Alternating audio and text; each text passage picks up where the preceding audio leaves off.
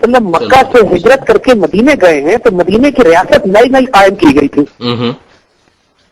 اور اس وقت حضور نے یہودیوں سے ایک معاہدہ کیا تھا، اس کو میثاق مدینہ کہتے ہیں. بالکل. اگر آپ میثاق مدینہ کی ٹرمز اٹھا کے دیکھیے، وہ ایگریمنٹ جو اس وقت ایک نئی اسلامی ریاست نے ان یہودیوں سے کیا تھا، تو آپ کو ایگزیکٹلی وہی لگے گا جو قائد اعظم کی پہلی تقریر رہی ہے. آپ اس کانٹیکسٹ کو تو سمجھیے نا. پاکستان بھی نئی نئی ریاست بنا تھا، پاکستان بھی آج کے دور کے مدینہ کی طرح ہے، صحیح، جو کہ مکہ کے مشرکین کے پاس سے ہجرت کرنے کے بعد ایک مدینے کی ریاست بنی تھی. اس طرح ہندوستان کے مشرکوں سے ہجرت کرنے کے بعد پاکستان کا مدینہ بنا تھا. صحیح. اور شروع میں اس علاقے کے نان مسلم کی پہلے یہاں پہ چونکہ یہودی رہا کرتے تھے مدینے میں، ان کے ساتھ جو ایگریمنٹ کیا گیا میثاق مدینہ کا، اس میں ان کو ایکول سٹیزن رائٹس دیے گئے تھے. بالکل.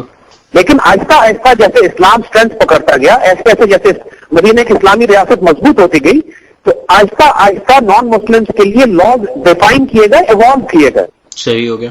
اور الٹیمیٹلی اسلامک اسٹیٹ اتنی مضبوط ہو گئی کہ جب یہودیوں نے خیبر کے یہودیوں نے فتنہ اور سازش شروع کی تو پھر ان کو الٹیمیٹلی وہاں سے نکال دیا گیا. لیکن میثاق مدینہ سے لے کر جنگ خیبر تک ایک پورا پروسیس تھا جو چلایا گیا. بالکل. اور دس از ایگزیکٹلی دا پروسیس کہ جو پاکستان بننے سے لے کر ان تمام اسلامک لاز کے پریکٹیکلی اپلائی کرنے تک ایک پروسیس تھا جس میں بلڈ ہونا تھا. قائد اعظم کی پہلی تقریر کو لے لیجیے اور ان کی آخری تقریر کو لے لیجیے، اور اس میں صرف 1.5 سال کا عرصہ ہے.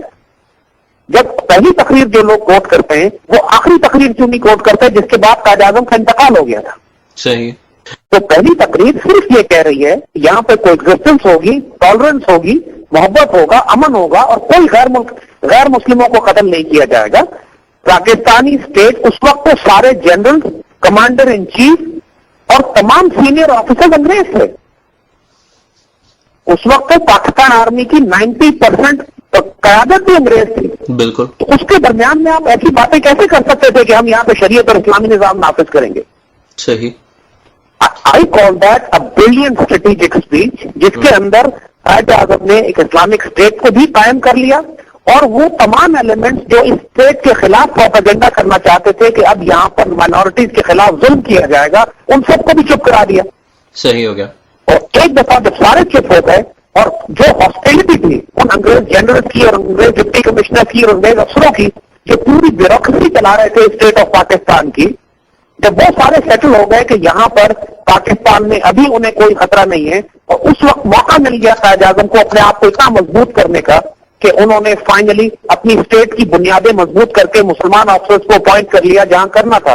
آئی think Quaid Azam has a brilliant strategic move. اس وقت کی ریکوائرمنٹ یہ تھی. آپ یہ ریئلائز کیجئے نا کہ اس وقت تو پاکستان آرمی کے پاس نہ آرمی تھی اور نہ ہی آفیسرز تھے، اور جو آفیسرز تھے سارے انگریز تھے. صحیح. اس ماحول میں اور کیا کہتے ہیں قائد اعظم سوائے اس کے کہ جو انہوں نے کہا. لیکن مگر اس میں ہمیں قطعاً کوئی شبہ نہیں ہے کہ ان کی آئیڈیالوجی علامہ اقبال کی آئیڈیالوجی تھی. وہ اسلامسٹ تھے، اور نہ صرف اسلامسٹ بلکہ بعد میں پین اسلامسٹ ہو گئے. پین اسلامسٹ ہو گئے. ایگزیکٹلی. اگر ہم اسی سوچ کے ساتھ چلیں، اور قائد اعظم کے جتنے بھی گریٹ ایفرٹس تھے، جتنا بھی انہوں نے کام کیا اور جتنی محنت کی اس ملک اور اس قوم کو بنانے کے لیے، ہم آگے 2 چیزوں پہ باری باری بات کریں گے. ایک آج کے آئیڈیاز کے بارے میں ہم آخر میں بات کریں گے، لیکن اس سے پہلے جس وقت ہم بات کریں گے وہ ان لوگوں کے بارے میں ہے جو قائد اعظم کے بارے میں کوٹ کرتے ہیں کہ جی قائد اعظم نے ایک بہت بڑی غلطی کی پاکستان کو بنا کر، اور وہ یہ نہیں بنانا چاہتے تھے. Number 1, this is the precise question that I think we should talk about. The second question we will talk about also is going to be کہ بہت سے لوگ آج بیٹھ کے قائد اعظم کو ڈاؤن گریڈ کرنے کی کوشش کرتے ہیں. ایک ملک کے جس کو ہیرو کہتے ہیں، we call him the great leader، Quaid Azam جن کو ہم کہتے ہیں، ان کو ڈاؤن گریڈ کرنے کی کوشش اس طرح کی جاتی ہے جی کہ قائد اعظم کو اگر اس وقت تھوڑا سا بھی پاکستان ملتا تو وہ بنا لیتے، کیونکہ وہ ایک وکیل تھے اور وہ کیس جیتنا چاہتے تھے، اور وہ بڑے اوور پیشنیٹ تھے ان اے سینس اباؤٹ پاکستان. ہم یہ بھی بات کلیئر کرنا چاہیں گے آج اپنے سامعین کے لیے کہ جو سوچیں لوگوں میں ڈیولپ ہو رہی ہے اور کی جا رہی ہیں پاکستان کے اندر، قائد اعظم کے اوپر اس قسم کا ایمفیسس نہ دے کر ان کی وہ والی سپیچز اور وہ باتیں، جیسے ان کی جو 11 اگست کی سپیچ ہے، بہت سارے لوگ یہ بھی کہتے ہیں جو نیشنلسٹ، آپ ان کو پاکستان میں کہہ دیجئے یا آپ ان کو پیٹریوٹ سے ایک قسم کا گروپ کہہ دیجئے، وہ یہ کہتے ہیں کہ قائد اعظم کی 11 اگست کی سپیچ کو میک اٹ اے پارٹ اور preamble of the constitution of Pakistan. How do you see that? دیکھیے، یہ بات تو بالکل واضح ہے کہ پاکستان کو اگر آپ نے تباہ کرنا ہے تو پاکستان کی آئیڈیالوجی کو اٹیک کیجیے، اور سب سے پہلے علامہ اقبال کو پاکستان کی تاریخ سے غائب کر دیں.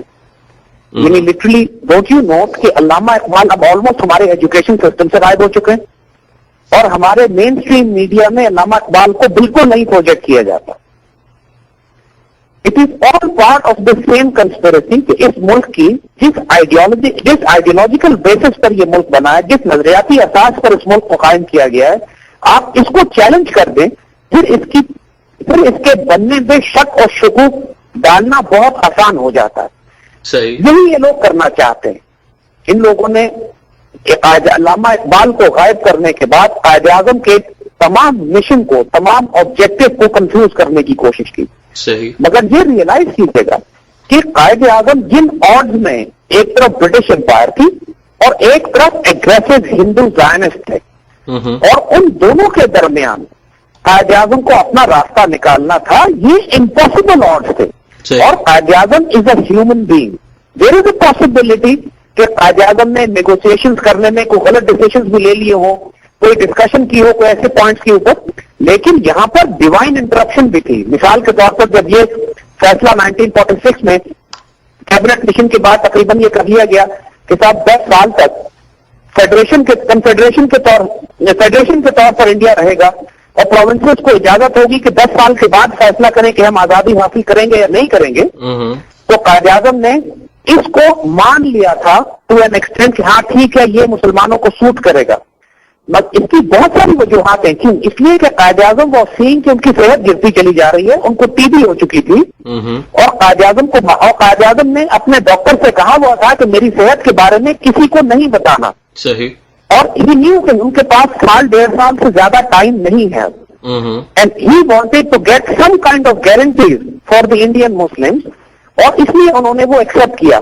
یہ لیکن اللہ کی طرف سے یہ ہو گیا کہ جب قائد اعظم نے اس کو ایکسپٹ کر لیا تو ہندوؤں نے ریجیکٹ کر دیا. صحیح, تو ہندوؤں نے جب ریجیکٹ کر دیا تو now we had no option but to go all out and demand a separate state. Separate state کا کانسیپٹ تو 1940 میں الہ آباد سے شروع ہو گیا تھا 1930 میں, پھر 1940 میں, پھر مسلسل 1940 کے بعد سے پاکستان کی بات ہوتی رہی, اور اس کو مسلسل ریفارم کیا جاتا رہا اس پورے پروجیکٹ کو. یعنی اگر آپ دیکھیں 1940 کی ریزولوشن میں تو مختلف اسٹیٹس مانگی گئی ہیں. بالکل, یعنی یہ کہا گیا ہے کہ 2-3 ریاستیں بن جائیں گی انڈیا میں مسلمانوں کی. بعد میں مسلم لیگ نے اس کو ڈیفائن کیا. میرے خیال میں اگر آپ ایک اور ڈیوائن انٹرونشن, بعد میں مسلم لیگ نے اس کو ڈیفائن کیا کہ ریاستیں نہیں ایک ریاست ہوگی. تو پولیٹیکل تھاٹ پروسیس تو ایوالو ہوتا رہا تھا. میں جس طرح ایک اور ڈیوائن انٹرونشن یہاں پہ دیکھ رہا ہوں وہ یہ ہے کہ جب پاکستان کی جب 1940 کا ریزولوشن مسلم لیگ نے پاس کیا تھا اس میں تو پاکستان کا نام لفظ تک استعمال نہیں کیا گیا تھا, اور اس کو بعد میں ہندو اخباروں نے اس کو پاکستانی ریزولوشن اور پاکستان کا ریزولوشن کے بارے میں they made it famous with that way. وہ ہمیں ان فیمس کے چکروں میں they made it famous in fact. دیکھیے ڈیوائن انٹرپشن تو ہمیں جگہ جگہ نظر آتی ہے, جہاں پر انسان بندہ بشر